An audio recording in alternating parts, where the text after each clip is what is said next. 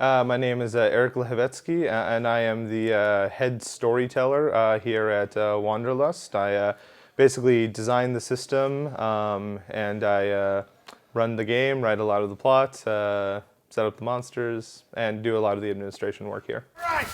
Show me to the dinner bell! Here! To your left. To my left! Over here! Other way!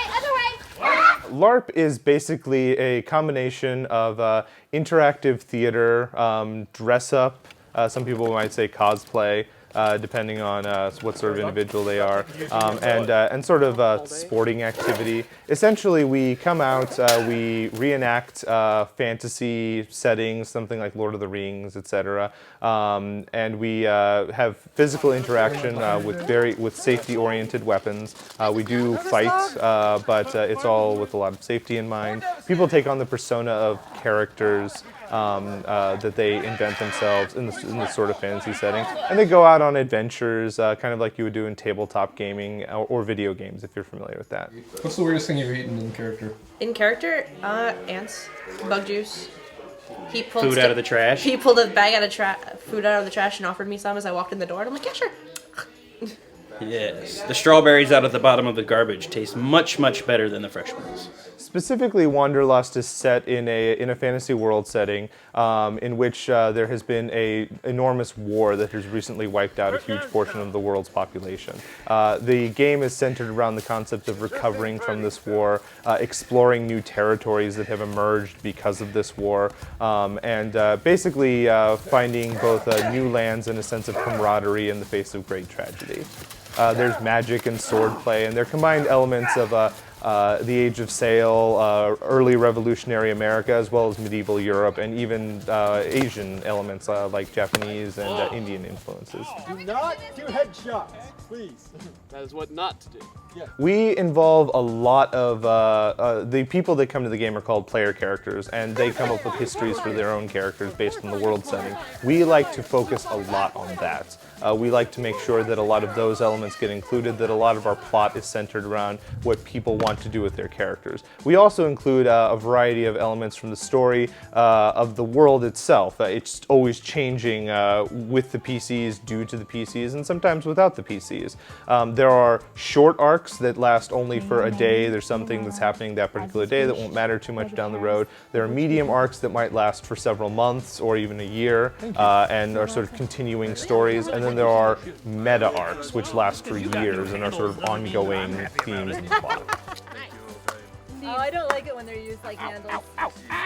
There are certain things that happen that they're sort of meant for PCs to react to, and they can't necessarily do anything to prevent certain major events. But the vast majority of events are really up to PCs. Last season, for example, when we were ending, we had maybe 7 or 8 different scenarios based on how quickly, or if at all, PCs completed certain tasks. They could have, and they impacted even into this season. If they had fought this particular monster at this particular time based on their own schedule, it would have resulted in very different things. And indeed, sometimes they do things we don't plan for at all, and we do our best to incorporate that into the setting and make sure that they really feel like they have an impact on the game.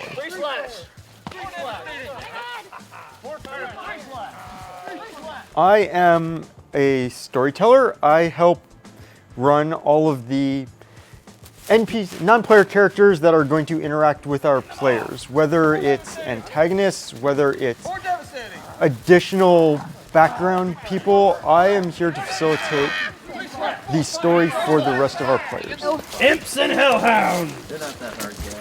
Okay, that's only 4. We don't have a huge amount of costuming, but we try to do things to remove the modern elements to allow us to immerse our players into game. Hats, maybe different, less modern looking shirts or pants or dresses. Maybe it's a sash or something to distinguish one character from another. And of course, you all might be interested in showing up and making sure that we're not misrepresenting ourselves. Admittedly, we're here and with the mindset that we are trying to give everyone else a good game, to give them a good experience. So our happiness is coming from them enjoying what they're doing. So if we're simply dying over and over again because they're killing us. As long as they're having fun, that's what we're here to do, so we're enjoying it also. A friend asked me to come out and give it a try. Said that it was a good amount of fun and a big family atmosphere. So I decided to see if he was right, and he was. Because he kicked baby. Nailed it. I'd say I have about $25 to $30, if that, into my costume total, including paint and clothing. Some people can spend a bit more, and your costume looks a bit nicer, but it's not always necessary. Miss Bell hasn't paid for that.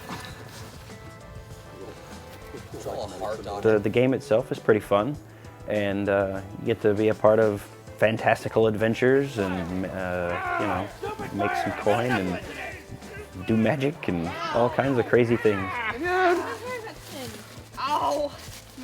Oh, I'm in trouble now. Keep the archers and arrows! 7 devastating! 4 devastating! 6 fire!